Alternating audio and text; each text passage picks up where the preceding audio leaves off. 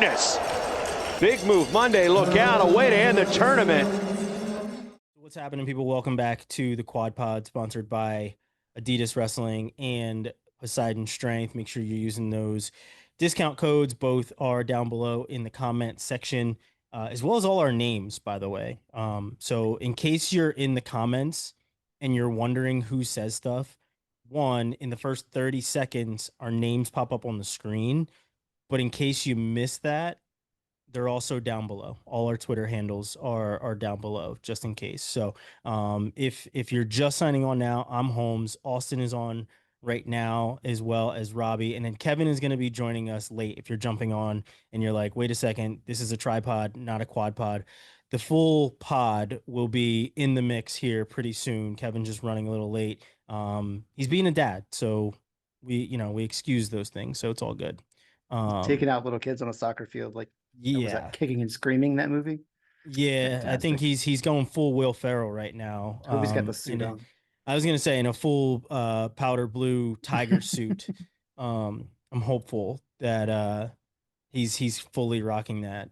But yeah, so there is that. So, but no, we do appreciate all the comments, all the views, all the people reaching out. The contributions to last week's conversation was great. Hopefully you guys continue to contribute to everything that we talk about. I am not going to, I'm usually the one that is responding to people, whether it be from my own or from QuadPod itself. I'm not going to be an asshole in there. I'm in there for conversation and to engage with you guys. So if you treat us with respect, we're going to also treat you with respect. The golden rule. But how it is, funny how that works, it is. right? However, we can asshole it up with the best of them, right? So, but we want, good conversation. I'm not going to insult you. There's no reason to call you an idiot just because you have a differing opinion than me. So that's not going to happen, right? Unless it's truly necessary. I'm going to come back to you with some respect because, you have your own opinion. I may not agree with it, or I might agree with it. You might make a good point, and I'll concede that point too, right? So, but I will point some things out in there, here and there too. But like I said, we appreciate everyone watching, listening, whether it's on Spotify, whether it's on YouTube, whether it's on Apple or any other podcast platform. So we appreciate you guys, as well as, like I said, our sponsors, Poseidon Strength and Adidas Wrestling. Make sure you are using those discount codes. Now, to start off, you guys know we always do a weigh-in.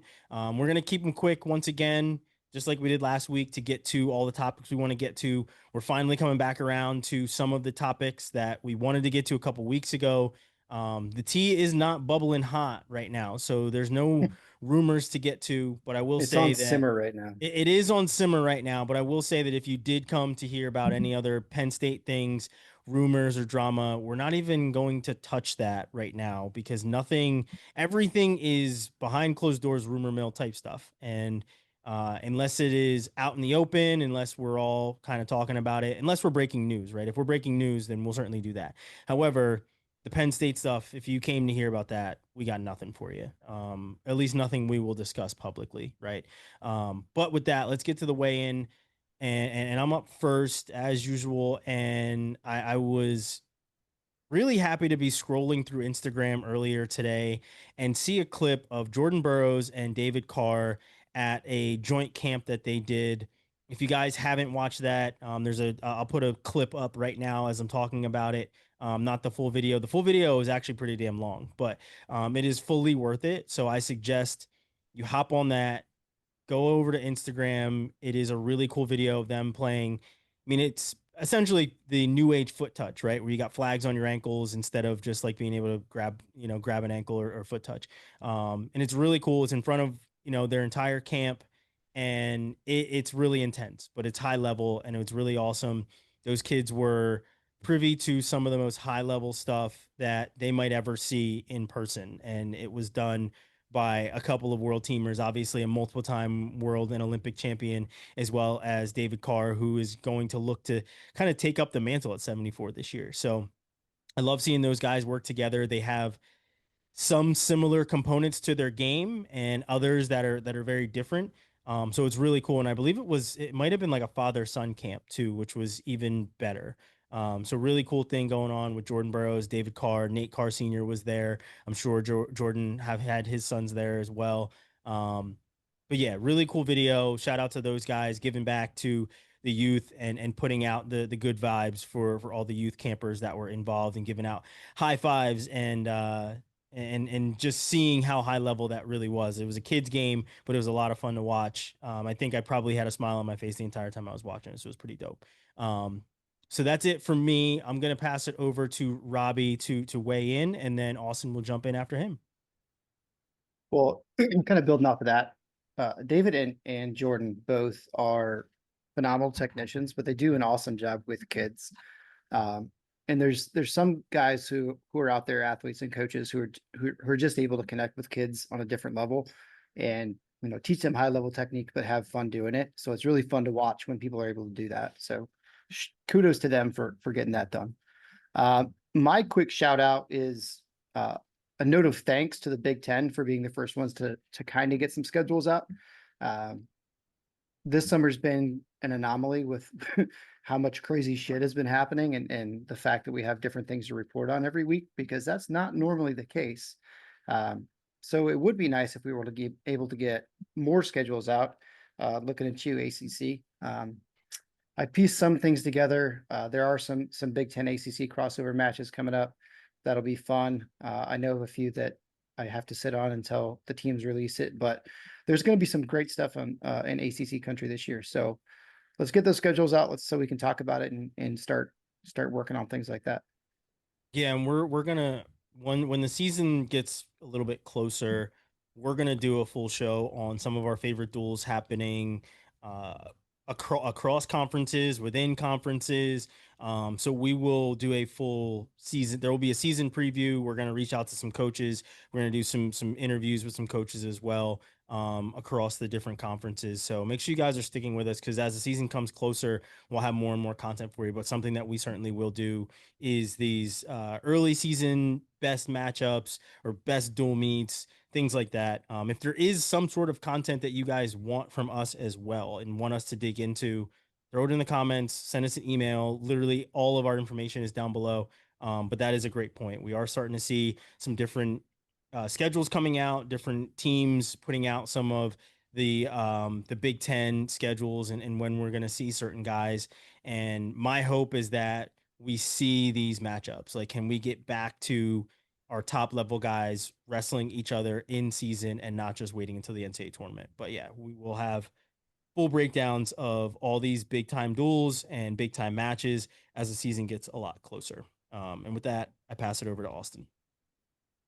Yeah, I'll piggyback just a little bit off what Robbie was saying. Penn State notorious for not releasing rosters and schedules, but we did get a date out of them. Drexel did just release today that Penn State will be coming to Philadelphia to wrestle at Drexel on December 5th. I believe it's a 7:30 p.m. start time. So that was a really cool graphic they put out with it too. Yeah, like that. Cool graphic. And like I said, I tweeted out as well. Drexel went to Penn State last year. So Penn State's just returned the favor, and it's always a big deal when Penn State comes to these programs. Just get full butts in the seats. A lot of people show up. Penn State travels pretty well. They won't have to travel very far, so that's kind of cool to see. The a million time reigning champs. In Philadelphia wrestling Drexel, and they wrestled Penn a few years ago as well. So they've made their rounds there, but. Also, breaking news today at the EIWA was Coach Kyle Borshoff of Binghamton stepping down after 10 years at the university, 8 years as head coach, stepping away from the sport entirely, which is starting, I don't want to say become a thing around the country, but we see more people doing that lately. Just getting out of wrestling and going into he'll be joining his dad's real estate company, being a realtor up there in upstate New York, going back to Pittsford, New York. So, congrats to Coach Borshoff on a great career. And I'm sure we'll be seeing him around the EIWA and NCAA events as a fan, which is always interesting for coaches to kind of get out of wrestling and step back and see it as a fan. Definitely gives them a different perspective, and definitely interested to see what he thinks about the sport once he steps away for a year or two, just to see, what that looks like there. Yeah, and that takes us literally right into our first topic of these coaching changes, right? The Borshoff news. I got a text, I won't say from who, but I got a text about that happening before it was announced. Somebody had posted it, I think, on like a forum or a message board or something like that, and I got a text about it, asking if I had seen it, and I was like, this is the first that I'm seeing it, right? And naturally, whenever I get some news or somebody asks me a question or whatever else, I go straight into let's dig into it mode. And I hit these guys up in our group, and then I hit some other wrestling groups and some other people that I talk to see if they've heard anything about it. Most of the time, it's either a stern yes or a holy shit, I haven't seen that.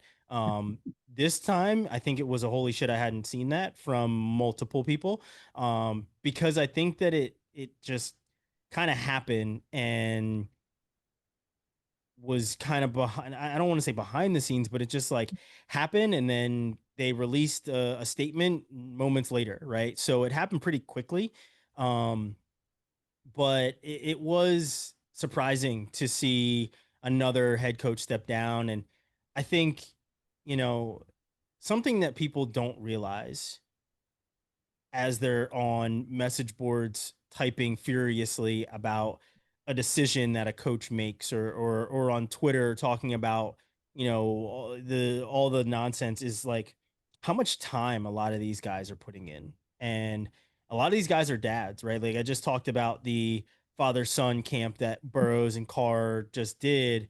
A lot of these coaches are dads and are missing a ton of time with their kids because it goes from in season to off season where there's like a small dead period, but they're still doing camps and preparing for recruiting, into recruiting season then goes as long as it does, and then we're into the season, and everything just kind of overlaps, right? Like there really isn't. And then on top of that, obviously there's freestyle season for a lot of these coaches too. So it's funny, there's so many people that I can remember back when I first became a journalist covering wrestling, and they were like, well, when's the off season? And I'm like, there really isn't one. It doesn't happen, right? These guys are going all year round for the most part. Their break tends to happen during the freestyle season, when if they don't make the team, they obviously, whether it be national team or world team or Olympic team, whatever it is, if they're not one of those guys, they get a little bit of a break. They can, taper off a little bit, take some time, take some vacation and stuff like that. But for the most part, I mean, these coaches are always going. These coaches are always on the road or always on the phone, making phone calls to recruits, trying to figure out this NIL BS that is going on right now, and rev share. Like everything is always changing. So, shout out to Borshoff for doing something that can probably normalize his life, right? And allow him to be a husband and a dad, and watch wrestling from afar, and maybe even coach his kids if he feels like it, right? So it was surprising though. Like it wasn't something that I think people were thinking was going to be another job that was opened up, but now it is. So I know what your guys' reaction was when I asked about it. But who do you guys think is going to be on the radar for this job at Binghamton? And Austin, since you cover the IWA, what are your thoughts on it? I mean, yeah, we were kind of talking in our chat about, if this was a week or two sooner, Scott Green would be kind of top guy on a short list there if he was interested. And Nickerson too. And Nickerson as well. Yeah, I mean, Yeah. that's a good point. I mean, both those guys, New York natives, just Coach Green was actually there before, so he has some time there. So a lot of history there. And every time a new job comes up, you're always thinking Kellen Russell might be in the mix, not being too far away right now at Cornell. And Ramos, he's again always in the mix. I'm not sure if there's any interest there at all. It might be still too new for him, but that's a guy that I think deserves a head coach job, and I think Binghamton would be a decent fit for him. And I think it's a good it's underrated up there at Binghamton. They got some good academics. They're in a good conference in the IWA, and you can kind of pull from anywhere: Pennsylvania, Jersey, Ohio, obviously New York, the New England states up there. So, yeah, that could be a sleeping giant up there if the right coach gets in there and they get all the right financials they need, facilities, whatever else they're going to need there. It could be a big opportunity for someone to step in and bring that up to another level there. So if you look at the names that have come through there, I mean, Pat Pop was there, Yep. Frank Beasley was there, like Scott Green was there. You have a lot of guys who are great D1 head coaches who've come through that program and have left it in a good place. I mean, the only time I've spent in Binghamton was a pit stop to go pee and get a Gatorade, so I can't say much about the town itself. But the program is in a good spot. I mean, they constantly have guys who are either All-American caliber or right on the cusp of it. So it's in a good place, and it could be a really good job for some of these guys to jump into. Yeah, I agree with that. I mean, the Scott Green of it all, like you said, he was there before, right? Like that's where he was at before he went to Wyoming Sem. So him as well as Kellen Russell, I think I would be very surprised if Kellen Russell wasn't like one of those first calls with being a guy that is in Ithaca right now at Cornell, right? So and then obviously we mentioned Tony Ramos, and Tony didn't take the job at Northern Colorado because of the fact that you'd have to move his family, right? And that's a tough move to make from North Carolina to Northern Colorado. The letters stay the same, but it's a very different different community for him. Different shades of blue. Yeah, different shades of blue. The colors change, the letters stay the same. But as we said before, like it would be awesome for him to apply for him to be in the mix on that one as well. It just really depends on if he is looking to make that move, right? I feel like it's going to be a very similar kind of situation, though. Like, I mean, you take into Yeah. account everything's going on with his daughter as well. Binghamton is not exactly, central to a lot of things. So The definitely consideration. Exactly. And I mean, the other wrinkle to this is the Campbell position is still open. So, we said like that it's not the best circumstances. Scotty Sentes does leave them with a good chunk of change with fundraising that was announced basically as he announced he was stepping down. But you have to think that there might be some sort of competition between who's going to go where. Um, so it's certainly a wait and see thing. It literally happened hours ago today, on Monday as we're recording this. But yeah, I think it could honestly be a good position for somebody, brand new, right? A guy that we're probably not even thinking of, but I think with how things just went at Army and the names that were involved at Army, minus Nate Angle, I don't think Nate Angle is going to be looking at Binghamton. To be completely honest, I think Army was one of those places that he would certainly look at. But I haven't asked him honestly how he feels about the Binghamton position and if he'd be interested in it. But I think with him being at a service academy and being a service academy guy, I think that's why Army was so high up on the list and why he even considered that. But outside of that, I think that if he's going to make any moves, it's not going to be for Binghamton, right? I just did think of Donnie Vincent as well, but he's less than a year. At this point, maybe a little more than a year at the head coach at Buffalo. So Yeah, that was doing my damn thought good too. things there, though, too. going to alma mater, that would be, yeah, I could see that decision, but only being there a year at Buffalo, trying to rebuild that program, that would be a lot to leave, I think. Yeah, that was my thought too. Like you've only been there for a year. Why not try to continue to establish what you have going on, right? Like And he's you've got a got lot of good things guys, going too. yeah, you've got guys buying into the things that you're doing. Why not keep that going, right? And he'd have to reuse his Twitter name. So I mean, True. it's not going to work as well. The other coaching change that happened is Teyon Ware getting the Northern Colorado job, And Robbie, I'm going to kick to you because obviously we were thinking that it was going to be somebody completely different. And, now that it didn't happen, I don't know if we want to say that name or what, but I think it's out there, honestly. But so you could Yeah. probably speak to it of like what happened, if you have any intel on why whoever we thought, and I'll let you say the name, but why that didn't kind of come through. Honestly, I'm not 100% sure. Every indication I had was that Nick Bruschetta was offered the position and was going to take it. And then kind of out of nowhere, we heard he turned it down. I'd even to my understanding, he was already starting to talk to other people about coming on as assistant coaches there as well. So I'm not sure what happened, if there was a breakdown in contract stuff, or Maryland came back with a counter offer for more money to stay as the associate head coach there.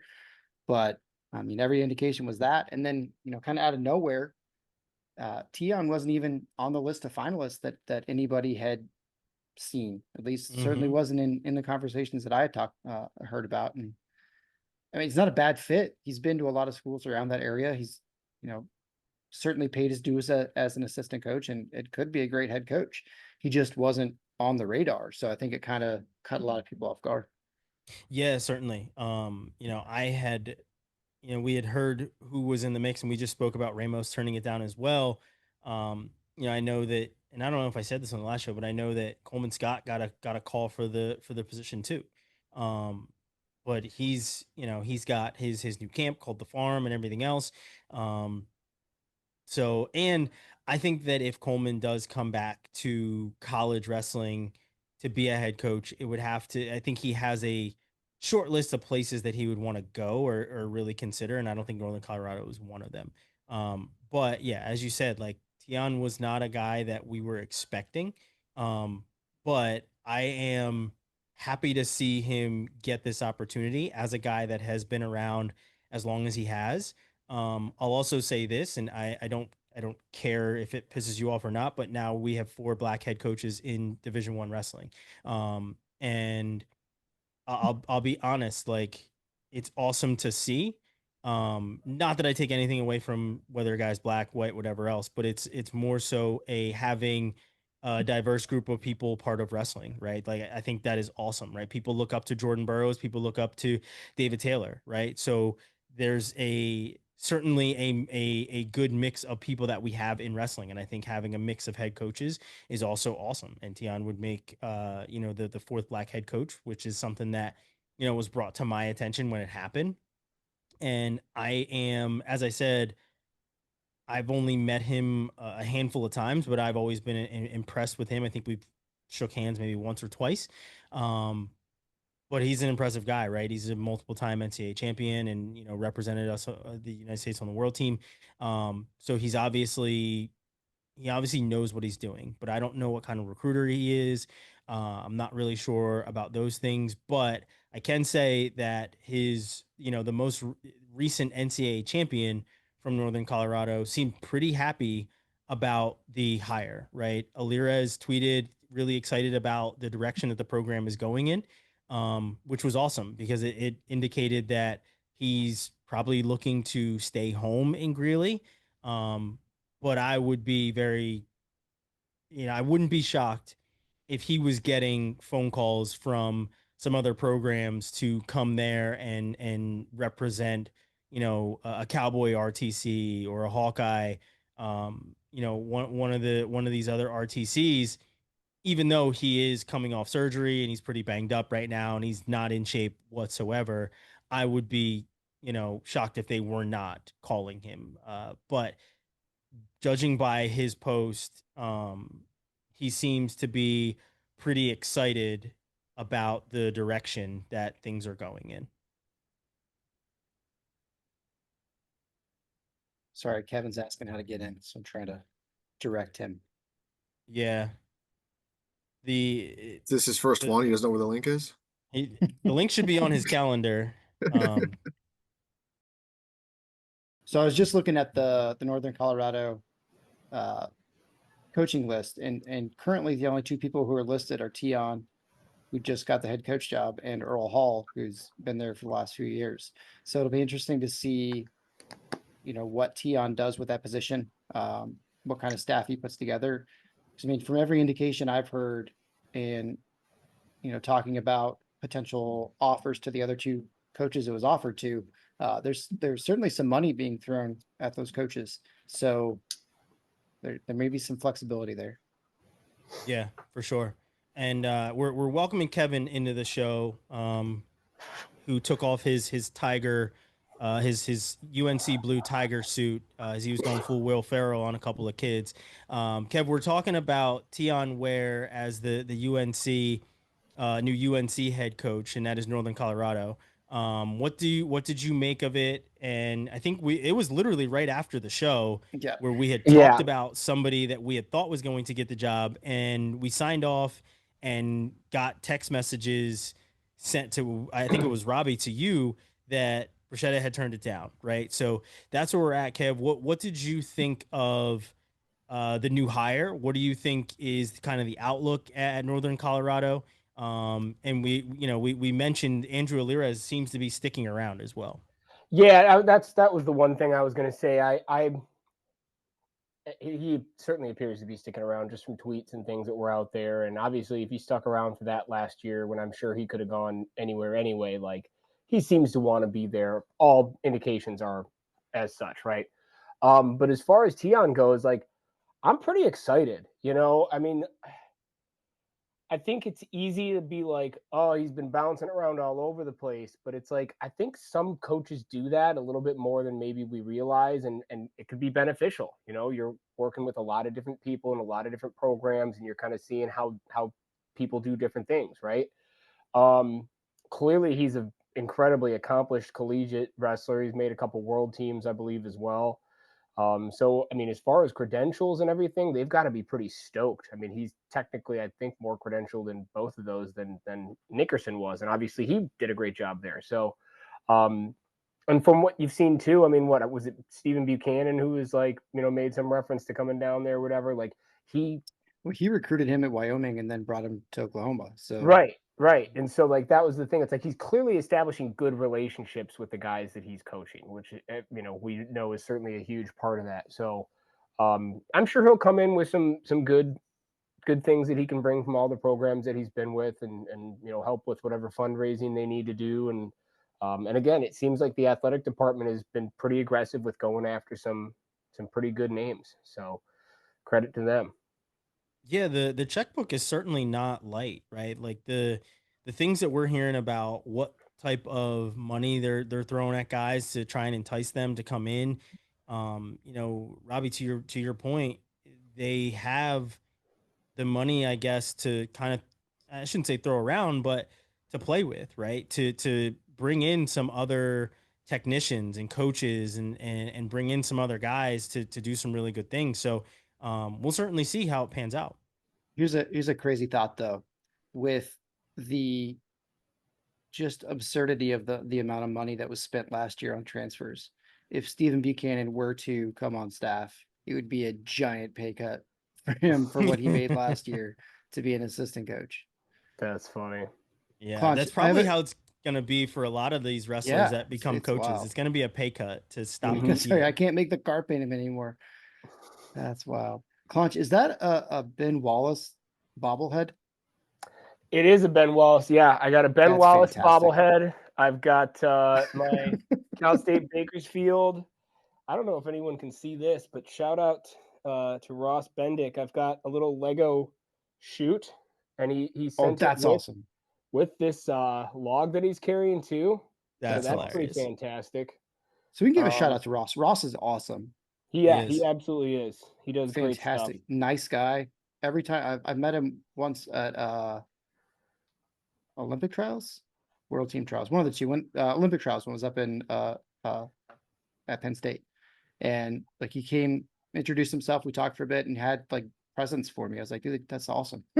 I've never met him for you. Yeah, I've never met him. So nice. He's awesome. That's pretty awesome. I mean, I've been trying to get him into ACC country for the last 3 years, and he hasn't made the trip yet. If hopefully we continue to do well and things keep trending up and to the right, and we'll get some sort of Ross graphic treatment of this show. So we'll certainly see. Fingers crossed that happens, right? I'm gonna subtly put more raw stuff that I've got in the background to entice him. Just to entice him, just to entice him a bit. So yeah, I mean, coaching changes. I think, we'll certainly see who takes the Binghamton position, who takes the Campbell position. Teyon, getting his shot at Northern Colorado. And then Austin, I think there were a couple other assistant coaching positions other places too, right? Yeah, I was just referencing EIWA and Ivy's. Drexel has an assistant coaching spot open. Penn has an assistant coaching job open, but Earl has a little list of open positions, and there's some pretty good ones on that list. I mentioned Maryland has an assistant spot, Northern Iowa, Oklahoma, Little Rock, George Mason. There's a few more in there. App State. A lot of these interesting schools that, they're not big time schools, obviously, so you don't know what the pay is and what kind of benefits and things there are. But I like some these damn good coaches to learn under, though. I know. I Some of like those I schools like you these just mid. listed. I was just gonna say I like these kind of smaller mid-tier schools because you get a young wrestler in there that kind of learns how the coaching aspect of it. They're great at technique and they're great at wrestling, and they just keep kind of doing stepping stones from there, which is always fun to see, in my opinion. Yeah. I think Gardner Webb's got a spot open. I don't know Yeah, if they you got a said GA that spot. one. Yeah, GA. I saw that. Yeah. Well, there's still a lot of spots to fill. We'll keep our eye out for Nobody's hired anyone. me yet. Yeah, I mean, I haven't Nonsense. gotten Price is too that high, call for that head coaching job. No NIL deals or anything else. But we're good. We've got Poseidon Trade, we got Adidas Wrestling. We're all good on the sponsorships. There we go. With that, let's switch to some wrestling. We still have one world team spot up for grabs that will be wrestled a week from today, as we're filming this on a Monday. You guys see this on a Tuesday. And it's between Vito and Jax Forrest. And it was the delayed wrestle off. Vito put in for the delay, and we're gonna get another Fargo wrestling match happening, which is funny because Jax Forrest can literally still wrestle in Fargo. So who knows? Might as well. Maybe He's already going to be there. I know. Maybe he enters, gets a couple of really good matches in to kind of get Gets upset first round. Yeah. And makes a world team, right? Yeah. Loses 49 seed from Alaska. Yeah, right.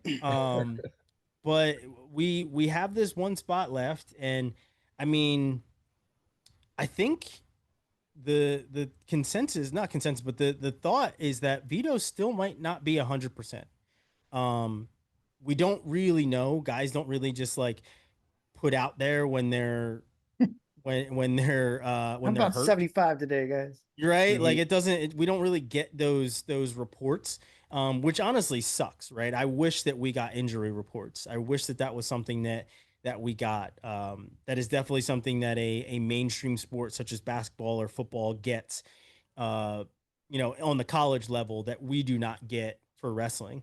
But Vito, Jax Forrest, going to be a good wrestling match. Both guys very similar in build, to be completely honest.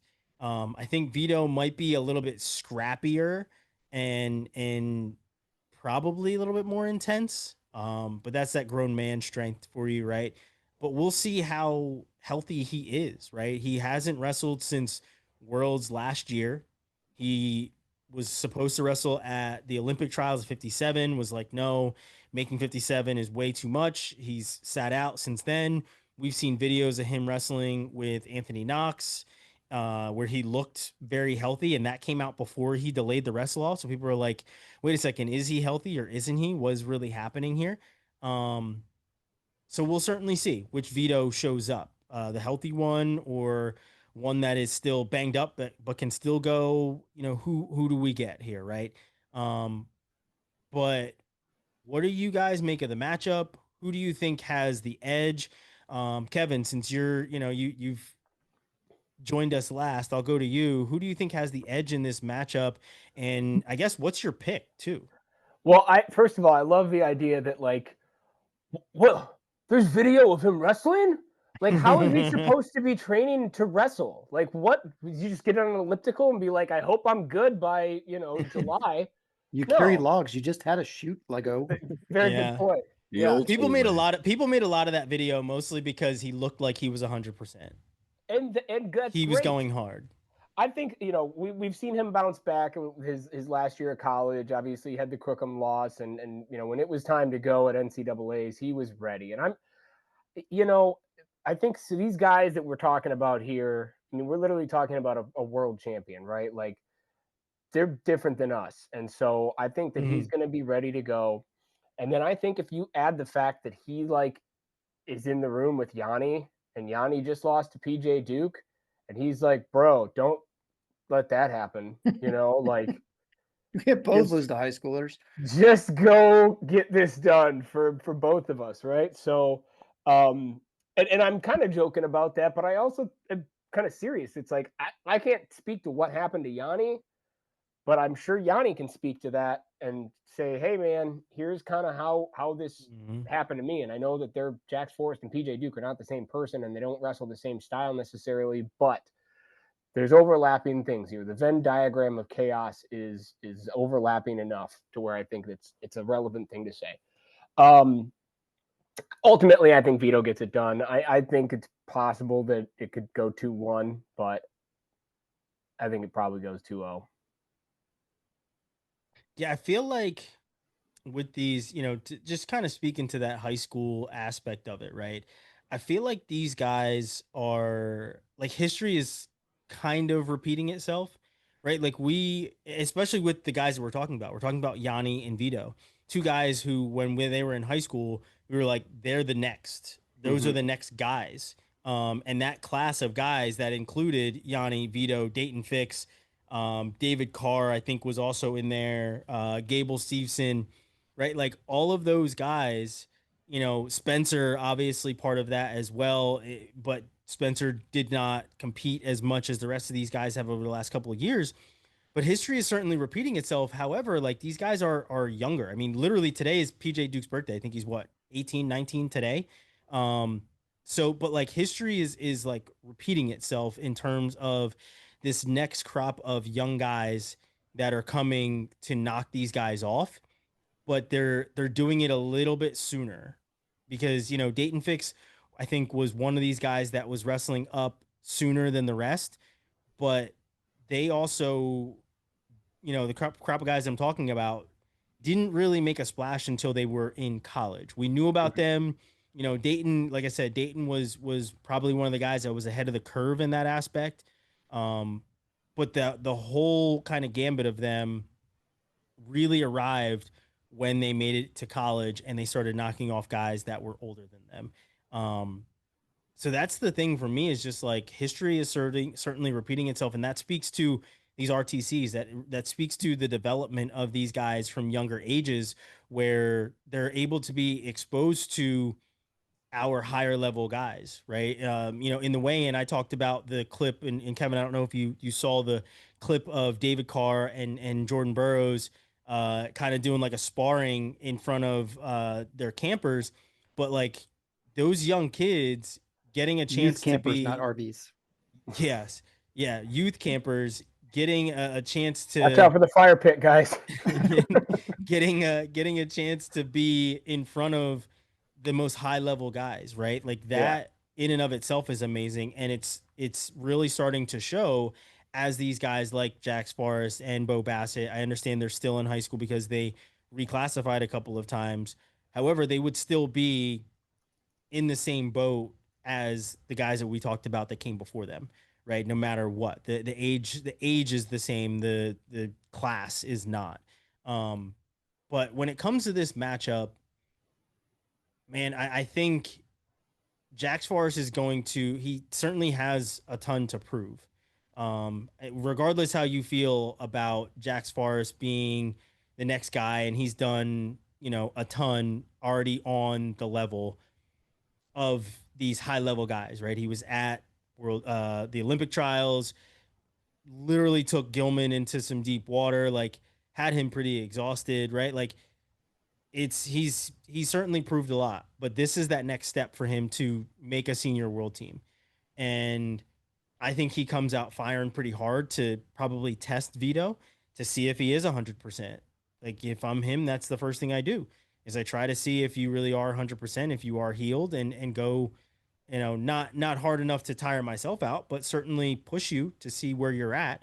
We haven't seen you wrestle in 8-9 months. It's been a long time. So let's see what is really going on under the hood for you, Vito. So with that said, I still will be taking Vito in this matchup. I think that he has a little bit more of a deeper bag than Jax Forrest, and that will certainly show. So I'm gonna take Vito. I think he does it 2 matches to none.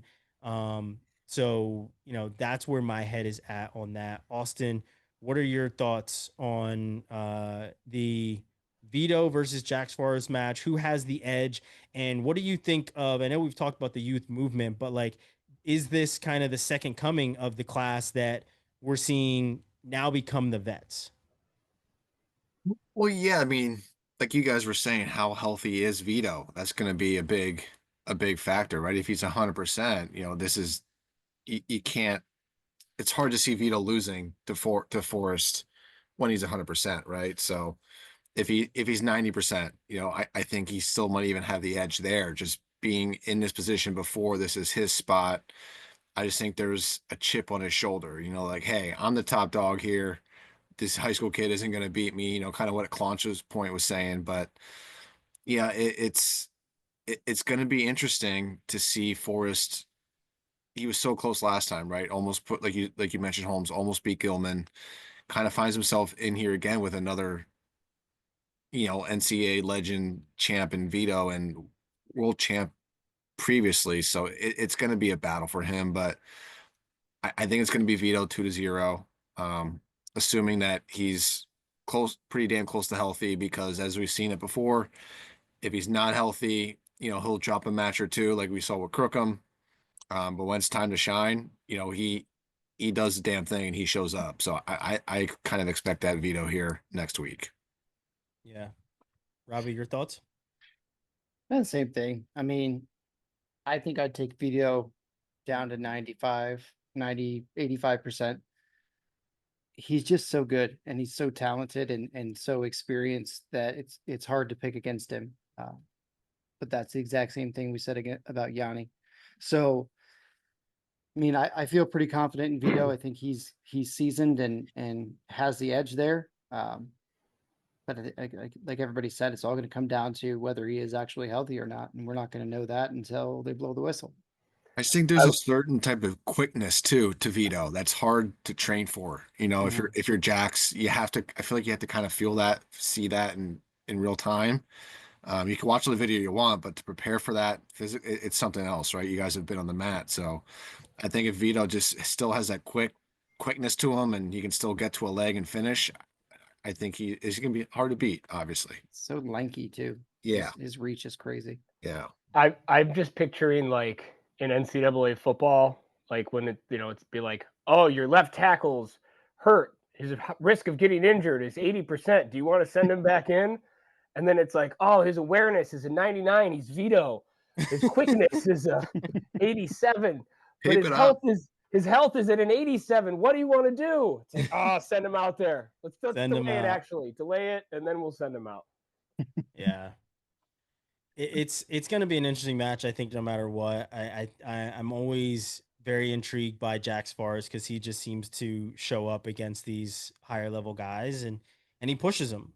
Well, win, lose or draw, he pushes them, right? So I'm excited for the match. I think it's going to be a good series.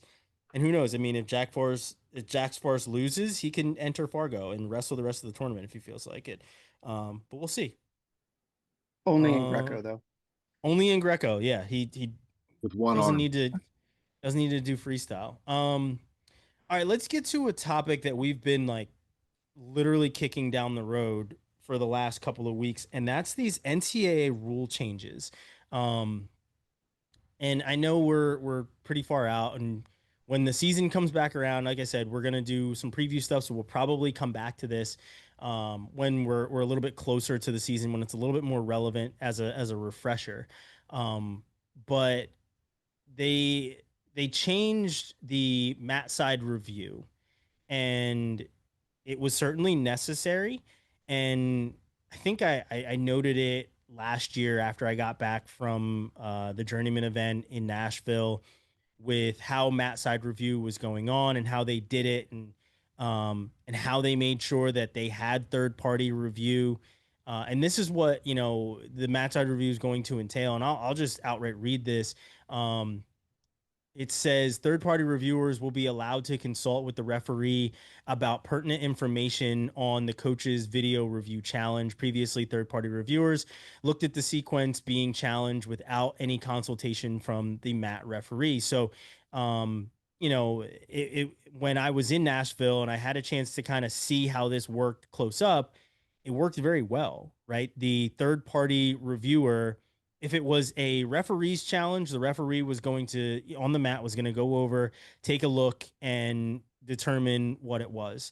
If it was a coach's challenge, it was a third party review. So a referee that isn't even on the mat would come over, and the referees that are on the mat would just walk away. They wouldn't even consult, right? Until after the ruling happened and it was announced. So none of that would even happen. But now they will allow for the referee to consult, the third party referee to consult and come over and say, hey, what did you have here? Right. Is this, what was the call on the mat? So I know what I'm looking out for. A part of me likes that, but then the other part of me is like, I'm not really a fan.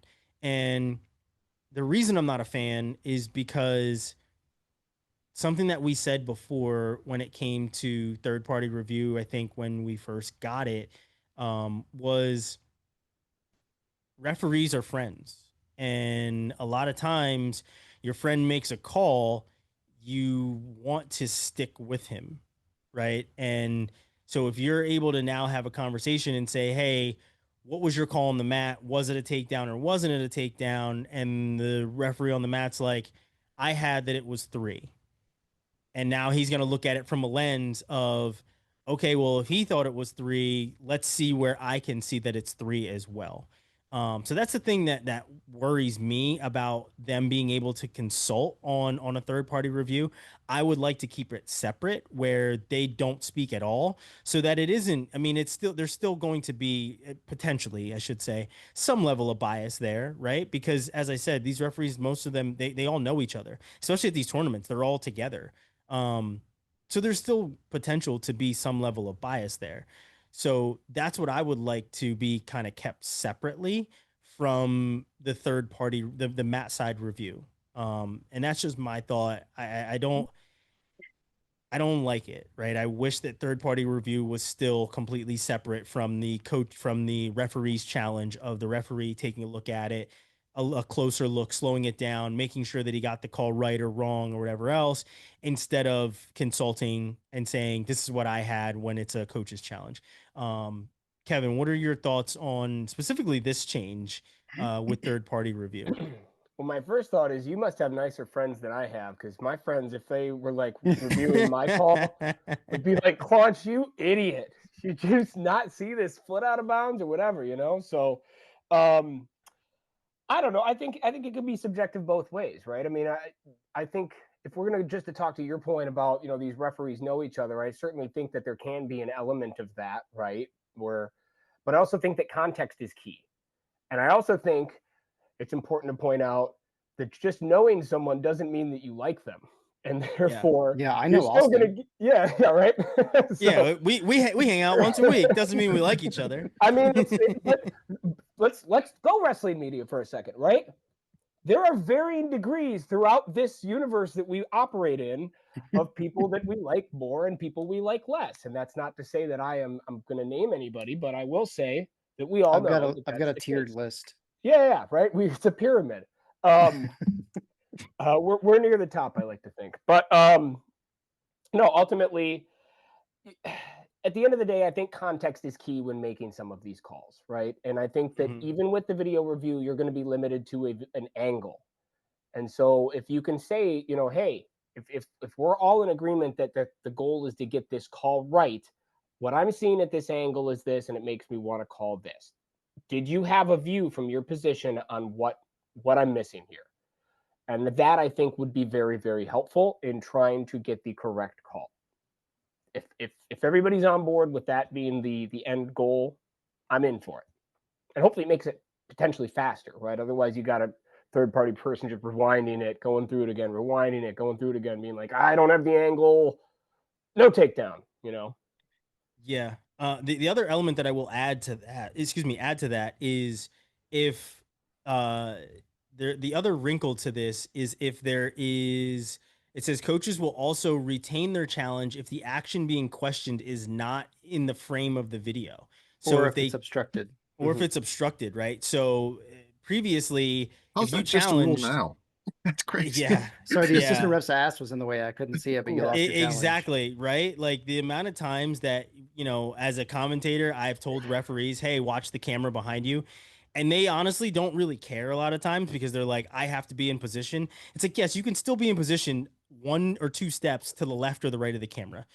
Like no one is watching to see your ass on camera. Sorry, not happening. So, but that is something that they did throw into that, where they will get the challenge back, because as it stands now or previously, you're losing a brick if the cameraman is out to lunch and nobody's watching. You're just screwed, right? So that is certainly a good wrinkle of like, let's see how much human error we can take out of this for sure. Robbie, your thoughts on the rule?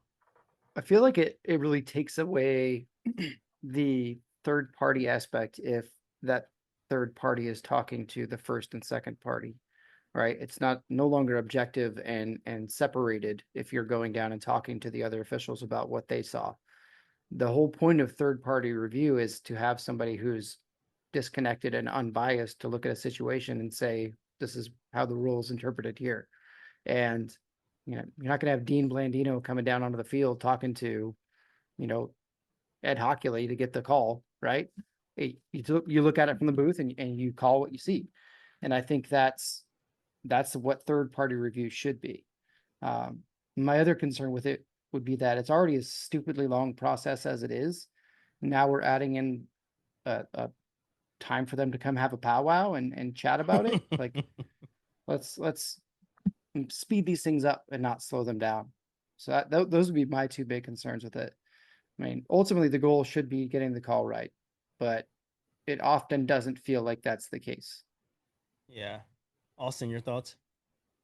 Nay, I go back and forth on it too. I agree with what Holmes was saying. Like, hey, these guys are friends. They're going to support each other. And hey, if this is the call you saw, I'll approve it. I agree. But part of me wants to have faith that they want to get the call right and, question the ref. Like, hey, did you see it? I can't see this angle. How did you score this? Or what was the scenario leading up to this? How did they get in this position? There's certain things that if you have the full context, you would think the right call's made, but is that going to happen all the time? Probably not, right? But I think we have to let it play out and see how it works too. It was just recently passed, and the one that I would love to see is if coaches are kind of pressuring refs into reviewing it, that should be a challenge on the coaches. Yep. I mean, we see it too many times that we've talked about it all the time. It's Coach A is hounding the ref. Hey, look at that. Look at that. Are you sure? Are you sure? And the ref's like, oh yeah, I'll challenge it. Sure. It's like, no, that should be a coach's challenge.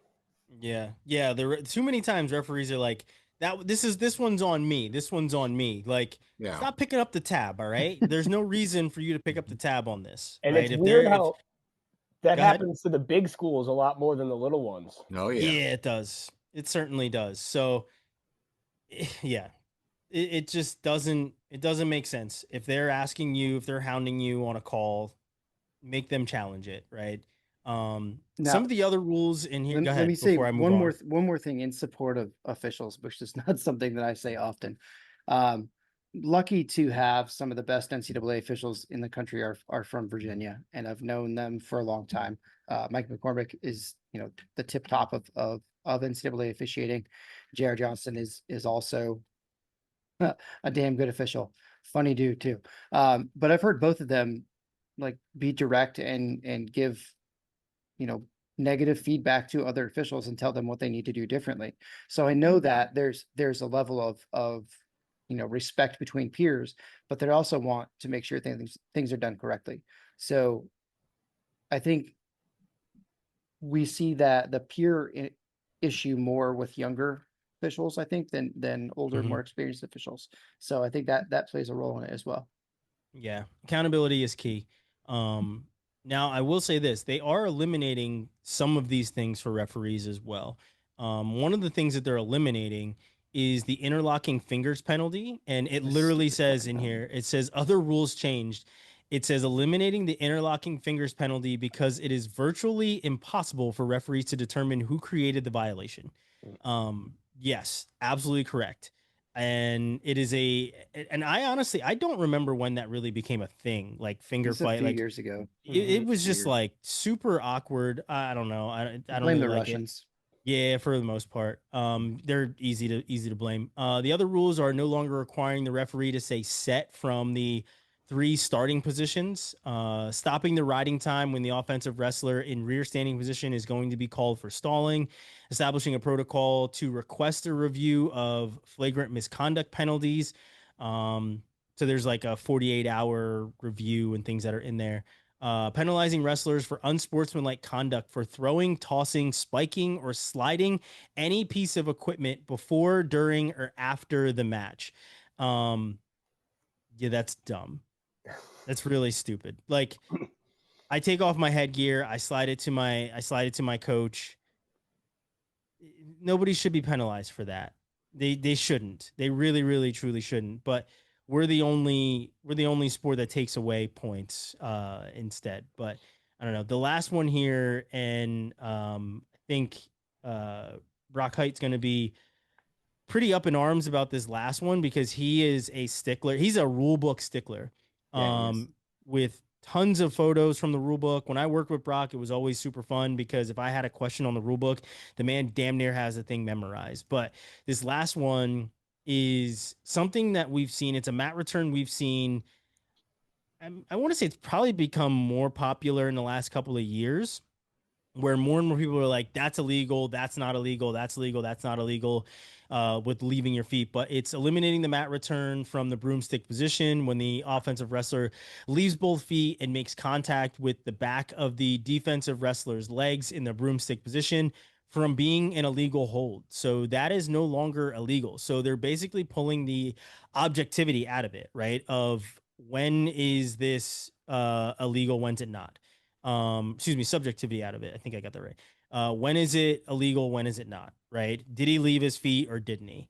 So by just saying this is a legal mat return from now on, we're able to just proceed as usual. Yeah, fuck it. Who needs ACLs anyway? I was just Whatever. gonna Yeah, say you could tear someone's ACL, but you can't take off your headgear. yeah, Yeah. that's. I was gonna give it to you guys and say which one of these rules do you want to point out the most, but it seems like the last one is the one that you guys are the most pissed off about. Kevin, what are your thoughts? Well, if someone broomsticks you and you tear your ACL and then you're mad and you throw your headgear, do you get penalized a point for that? Double. You get a Double, triple stamp, yeah. the double stamp. Probably. You And lose you a 10 probably point. and you lose the match because you probably have to injury default. Oh, that's right. Yep. Now, yeah. Yeah, if you're So fucking- 7 point swing. Bad situation there. No, I did want to comment on the riding time one real quick, and I think I'd spoken with my buddy Tommy from Blood Round. Shout out to him. He's done some NCAA officiating, and to your point, Robbie, these guys do talk about it a lot and take it very seriously. I know they watch a lot of video. It's very much, from what I can tell from the outside, on the inside, done very, very well. Mhm. And there's a lot of pride and like integrity with it. So very good Except stuff. for one person, and he knows who he is. Fuck that guy. I'll tell you And off air. the riding time piece is going to be dangerous too, because you're just asking more people that are table help and thanks for doing your table help. Like, we really need good table help, but now you're asking a lot more from them, right? Mhm. Is it locked hands or was he holding the wrist? I don't Yeah. understand what Right. that rule even means, to be honest with you, either. So So it's like we- if they're just stalling out on top and like they're on their feet and not trying to return. Now, if they're imminently going to be called for stalling, they stop riding time before they call stalling rather than as they call stalling. Yeah, so that's the point I don't understand. Like, what's the time frame? You get to his feet, how long do you have until It's riding probably time still a stops? 5 set. It's probably still a five count, right? Like when he gets to 4 or when he gets to 5, you stop riding time and then the stalling probably comes. I mean, I See, think we have to We're probably see adding it a in second, action. maybe 2 seconds. Like Yeah, maybe. we're Like Right. going to add a lot more confusion for a very small window of circumstance. And that's where And I'm then confused too, because was there ever a time limit to Matt return someone? I thought it was just you need to make attempts. there I well thought there the five always count there was on was the leg. there was that 5 count up on his feet though too. I remember Mhm. the 5 count being on their feet, Okay. but like then I mean, as anybody would say, you give a guy a set of rules, they're going to figure out how to game them. Then Yeah. they started to game them where it was like he's got to make an attempt. And then every guy in rear standing was getting the damn Oscar for making it look like he was trying to Front attempt, trip, Mhm. front trip, He's running him out of front trip. bounds. right? Yeah. And running him out of bounds or kind of gritting the teeth and giving a good like tug at the waist and like all these things, right? Like they just like made it look good. So I feel like they're trying to penalize the acting and the theatrics of it, but what they're potentially going to do is make it more complicated, right? Where now you have table help that's like, okay, wait, I have to stop the riding time and hit him for stalling, and now we're back down on the mat. Like, because if you think about it, if a guy gets hit, if a guy is rear standing, he gets hit for stalling, the riding time stops, then he returns him because they're not stopping the match, they're stopping the riding time. So then he returns him. Got to What do restart the you riding do? time. You have to restart the riding time, Hmm. right? So like it's going to be kind of pointless to stop the riding time if 1 second later he hits a mat return and gets this guy back down to the mat. So Or is it a I think it's situation where gonna. that stalling call is a stoppage? It doesn't say, at least in Yeah, here. that's We'll have to do some more digging to find out. But if yeah. it only says stoppage of riding time, it doesn't say stoppage of the match. So that's the part where I'm wondering, I guess, what the hell is going to happen here. But we'll have to see it in action. Kevin, Well, your the thoughts? good news is everybody's just going to be bringing them down with broomsticks now. So it really shouldn't come into play all that often. Everyone's just going to be destroying their legs and it'll work out for us all. Now, what Um, happens if somebody's headgear flies off out of their own control after they get broomsticked? Ooh. What if they land Yeah. so hard their head just flies off? If you Yeah. Is take that a your point? opponent's headgear off and throw it, it's their headgear, so they lose a point. Should have had that There's strapped on better. Yeah, it's going to, again, we'll do some more research. We'll dig into these a bit more than what we already have, but we've been trying to get to them for a while. Just to at least speak to what we have out there before really putting in, a ton of thought into it. But yeah, there's new rule changes. Again, we'll come back to it when the season comes back around, and we're getting a little closer to competition, to give, a bit of a refresher for anybody that listens and watches our stupidity. We'll get a little technical with that, but let's end the rules talk. Let's get back to some wrestling talk and let's talk RAF. We haven't even really spoken about RAF on the show very much. So first things first, Austin and the rest of you, but Austin first, what are your thoughts on RAF? Is it, we've seen a number of professional wrestling leagues in our lifetime. Does this one have the legs to go the distance? And how do you see that happening? How do you see these things playing out? Right? Like that's kind of the thing that I want us to speak to is like, do we see this being successful? And how do we see it playing out that it is a success? Well, I think we all can admit that we're hopeful, right? We want this Oh to yeah. we want this to work. There's ones in the past where it None of seemed us are promising. nomad.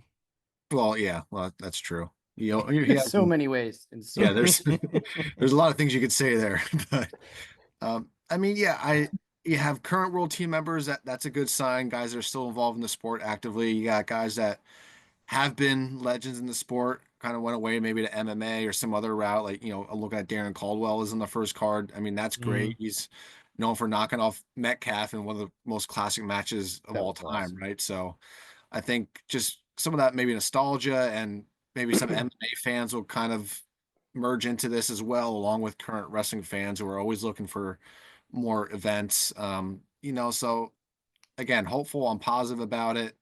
I think this first one, like Willie mentioned on his podcast today, might be a little bit of a learning curve with this first one because like he was saying, they don't really release rules yet. Like what's the format? There's a lot of questions that aren't really answered yet, but I think all that will come in the build up leading up to this first event.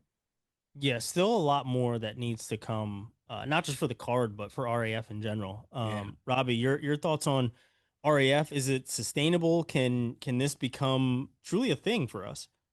I hope so. My concern is there's going to have to be a lot of money lost initially before anybody starts seeing a return on this. Just being realistic about it. I mean, you're going to be dependent on ticket sales and I'm assuming pay-per-view buys somewhere down the line. So you have to have people who are appealing to enough that people want to pay to watch it. And they're certainly throwing some money around because they're getting some big names. But from what it seems, they're aware of that it's going to have to be a long haul in order to be successful, that it's going to take multiple events and they're going to have to put a lot of money up front to make this happen. I don't know. I mean, looking at the first card, I think the women's matches are the most intriguing, to be quite honest. I heard about a couple of these matchups, excuse me, before they were released. And the one that stood out to me was Lance Palmer. I mean, what are we doing here? Lance hasn't been on a wrestling mat in 14 years. Looking at the graphic, does anybody else see the resemblance between Austin Gomez and Lance Palmer? Or am I crazy? I could see it.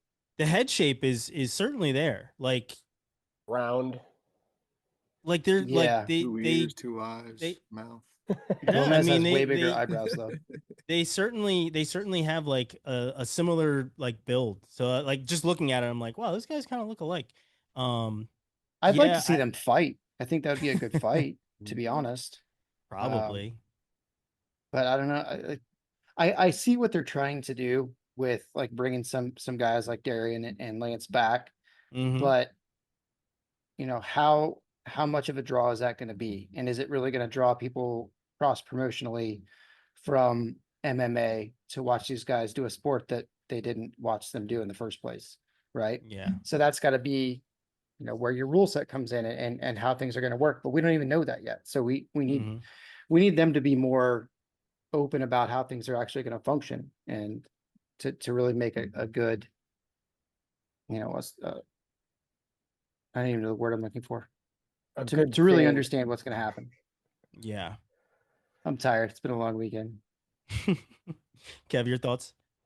Yeah, I'm pumped. I mean, obviously it's real, it's American, and it's freestyle wrestling, let's go.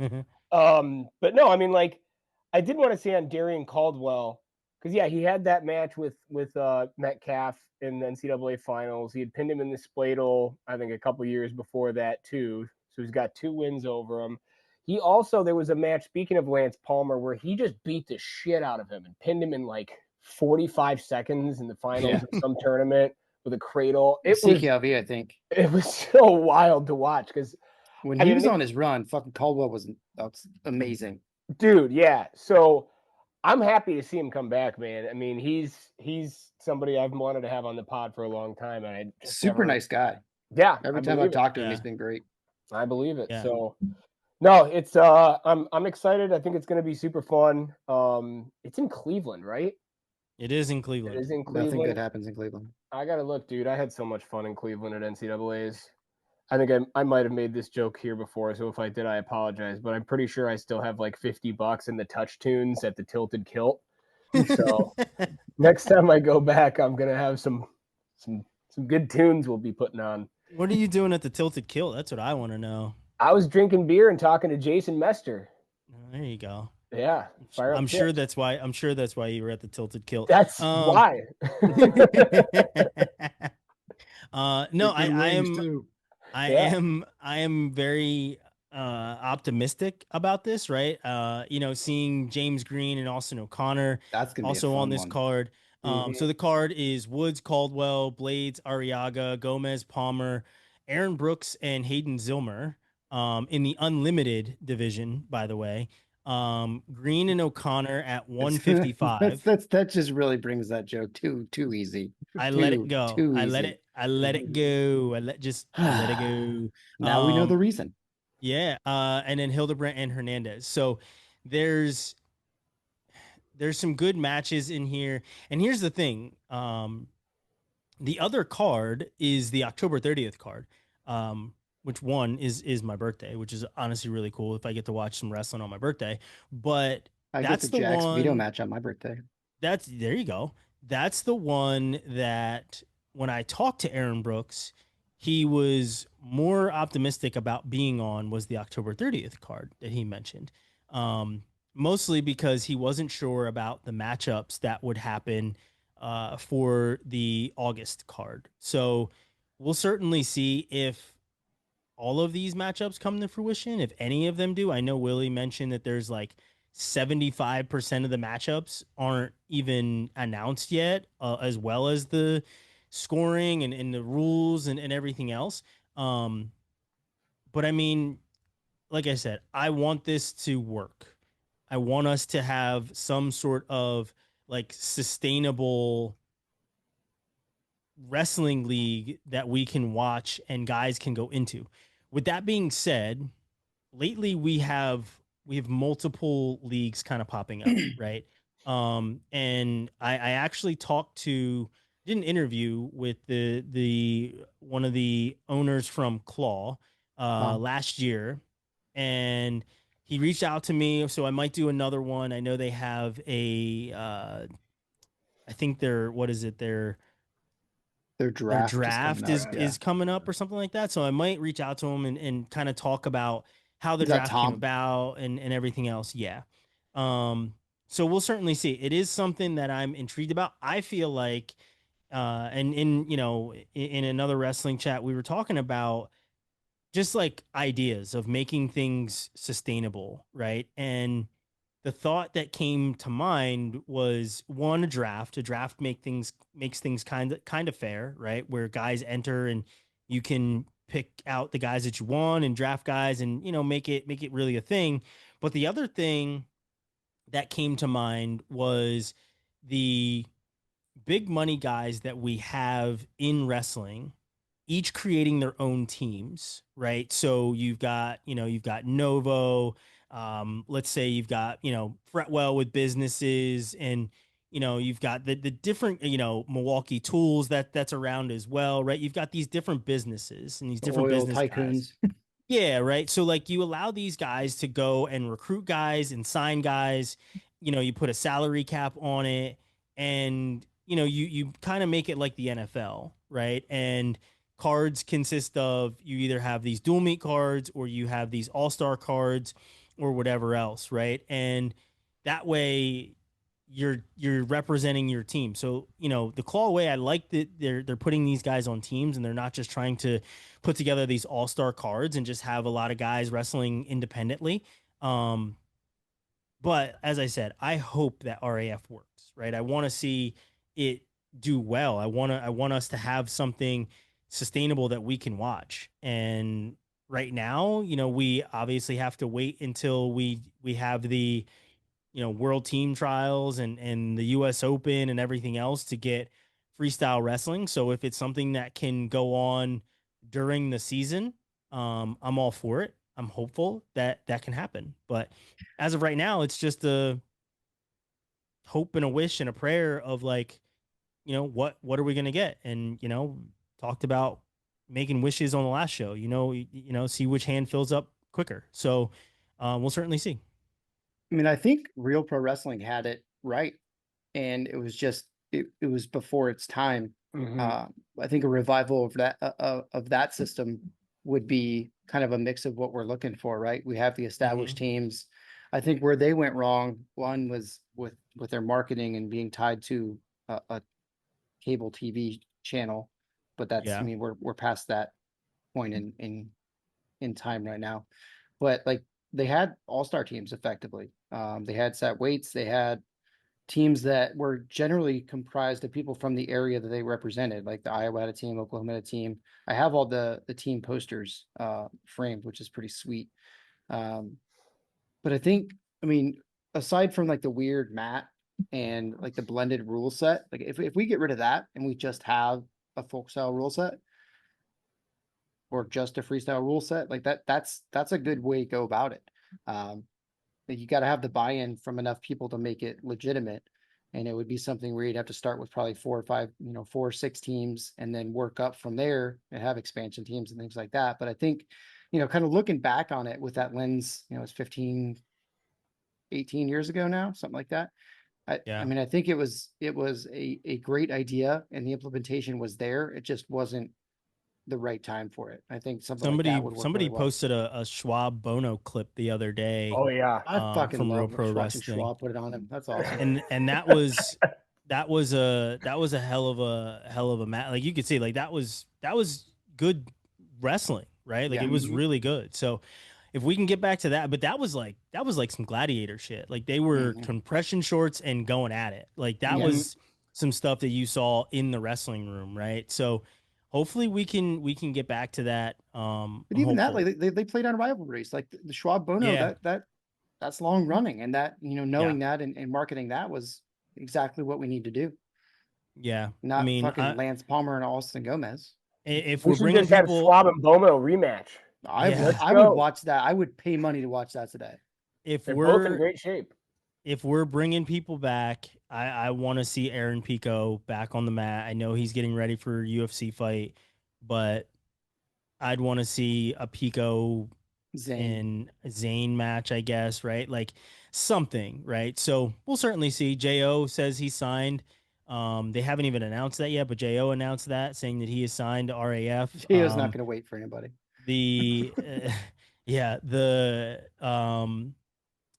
The date that he was thrown out there wasn't correct. It's not October 5th. They're not going to have back-to-back events that way. They will have something that is certainly not that close. And like I said, I'm pretty sure it's the October 30th card is what they're shooting for, but we'll certainly see, right?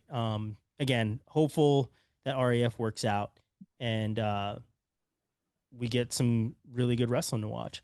The last thing that we want to get into is kind of funny. And Willie gave some context to it. So if people haven't watched Bosch or don't watch Bosch in the Brain, Willie gave some context to our last topic. And it was the Jordan Hudson, so Bill Belichick's girlfriend, and her role in AJ Ferrari not being able to be admitted to UNC.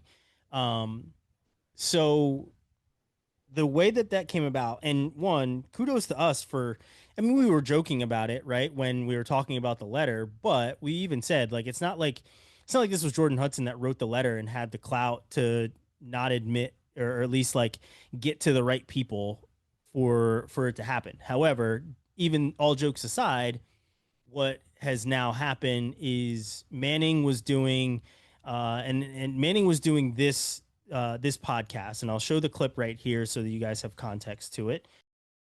I'll tell you how this thing happened. Rob Cole, I'll be very frank and public about it. Yeah, you're a good man, Coach. We love it.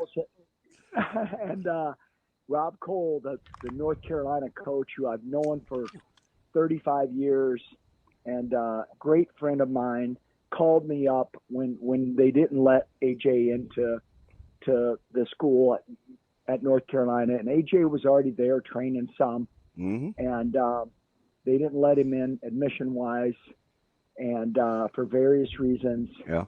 And Bill Belichick's girlfriend had something to do with that. But anyway, Coach, I think people think you're joking. Yeah, no, it's very serious. Yeah. Yeah. Okay. One of the elements, along with the men's basketball player that had a sexual assault the week before, and just a lot of drama. I think for that chancellor, and Yep. and Rob was like super disappointed. And you hear in the clip, he says something along the lines of Jordan Hudson had something to do with Ferrari not getting admitted. And then the interviewers literally ask him, are you serious? He's like, oh, no, I'm serious, right? Because Manning is Manning. He's kind of a loose cannon. You never know what's going to happen with him. And he's like, oh, no, I'm serious. Willie added some more context to it in saying UNC was just getting way too much bad pub at the time, where it went from the basketball player who was getting in trouble with some sexual assault stuff to Jordan Hudson bringing, I guess, some bad pub and being as involved as she is and was, I guess, with UNC football. And then you had this letter with AJ Ferrari, and they were like, this is just a bridge too far, right? So they were not allowing it to happen. And now we are seeing just the fallout of it, but it's kind of funny, right? What did you guys make of Jordan Hudson's name coming up in I mean, maybe not name, but at least her involvement coming up in the Manning interview? Well, I think it gives her way too much credit. I mean, she didn't actually have shit to do with it. She just happens to be, batshit crazy and running the football program and bringing a lot of negative attention to it. And Yeah. I mean, realistically, that's the situation, is that there was too much negative publicity and the school didn't want to take on more, or, the possibility of more. So like, we're going to, cut our losses because, I mean, again, like we say all the time, we're wrestling. We are not a priority sport. Mm-hmm. Football and basketball are going to get away with a lot more things than wrestling will, and they'll absorb a lot more negative attention because they bring in money. Wrestling doesn't, so they're not going to take that risk and bring more negative publicity to the school when they're not getting a return out of it. Yeah. I just thought it was weird that Eli Manning brought this up. No, I'm kidding. It's like, Eli, what are you doing? Yeah, Peyton. Yeah, it was on the Peyton cast. I don't watch that stuff. Anyway, No. I don't know. I mean, if he brought it up, he probably has some insight that said that there was really some. Like, it doesn't seem like a thing that Mark Manning would just. No, Cole throw told out him that there. because Fun. the situation is true. Like, Yeah, there was just too much bad publicity that was coming out. Yeah. And it wasn't so much that she made a call to anyone. It was more so that she was part of that bad pub that they were getting. And it was like, Yeah. we can't have this, right? This she's is the one another who's thing. very, out in front and public about it, and that's kind of the face of the craziness that's going on at UNC right now. Yeah. So, but it's over. He's happy in Nebraska, working on his corn dance. Yeah, I just thought it was funny that Manning brought it up, but it's definitely not anything serious. That we're ending the show on a less serious note after the last couple of weeks of being so drama filled, right? Wait till next week. And yeah, we'll certainly see. I mean, next week we'll have probably some other coaching changes. I'm having a phone call with a coach tomorrow to tell me about what's going to be going on with him. It's not an interview, so you won't be privy to what that conversation is outside of what I relay to you. But there's more coaching changes that are going to be happening. There's certainly more drama that is potentially going to happen as well. So stay tuned, people. We appreciate you guys watching and listening. Appreciate our sponsors. Shout out to Poseidon Strength. Shout out to Adidas Wrestling. Make sure you're using those discount codes, especially as the season is getting closer and you need a new pair of shoes. Use QP25 on Adidas Wrestling. I'm sure you're going to need it. But like I said, as always, gentlemen, it's super fun. And Kevin's got a last note to give us before we get out of here. I got one more thing I wanted to say. I wanted to shout out my buddies that I was playing soccer with. Sorry, gentlemen, for being late. Legitimately, this dude tore his Achilles on, I don't know, within the first quarter of the game. And it was one of those times where you see him go down, and I was standing in front of him, and he kind of looks back, and he was like, "Did somebody kick me?" And I just go, "Nope." It was tough. So shout out to Drew. Shout out to my buddies at the Cascada Club. Shout out to the Forest Hills founders who won it. It's a group of like 40-year-old dudes, and we just try to figure out stuff to do once a week. And this summer it was soccer. We've done rugby in the past. We've done A little bit of pickup basketball here and there. We play football in the winter and the fall, and that's like pretty legit. So, I mean, it's hitting without pads and everything. But anyway, just wanted to shout out them. And if you're not good at a sport, here's a tip: just run really hard. That's all I do. And like this, what we had a sub, and it was the son of one of the other guys, and he was like, "Damn, man, you're everywhere." And I'm like, I don't know what to do when I get there, but I do run to the spot a lot, you know. All out effort, Yeah. All we ask maximum for, effort. That's all we ask That's for. exactly what you can get. But like I said, gentlemen, it's always fun chopping it up with you, having some laughs. Appreciate all of the people that have been watching and listening so far. Continue to subscribe, so we can bring you guys more content. The more subscribers we get, the more we can do. So continue to do that. Phone a friend, tell them to hit that subscribe button, and throw those comments in there as well. Whether you like something we say, you hate something we say, you want to ask a question, you want to challenge us on something, we're here for it, right? Like I said in the beginning of the show, we're not going to disrespect people, call them idiots unless it's warranted, unless you disrespect us. We're going to be pretty cool with you. So let's keep bringing people into the trust tree, I guess, or at least the YouTube trust tree as much as it possibly can. Again, appreciate our sponsors. Shout out to Adidas Wrestling and Poseidon Strength. And we'll see you guys again next week. Peace.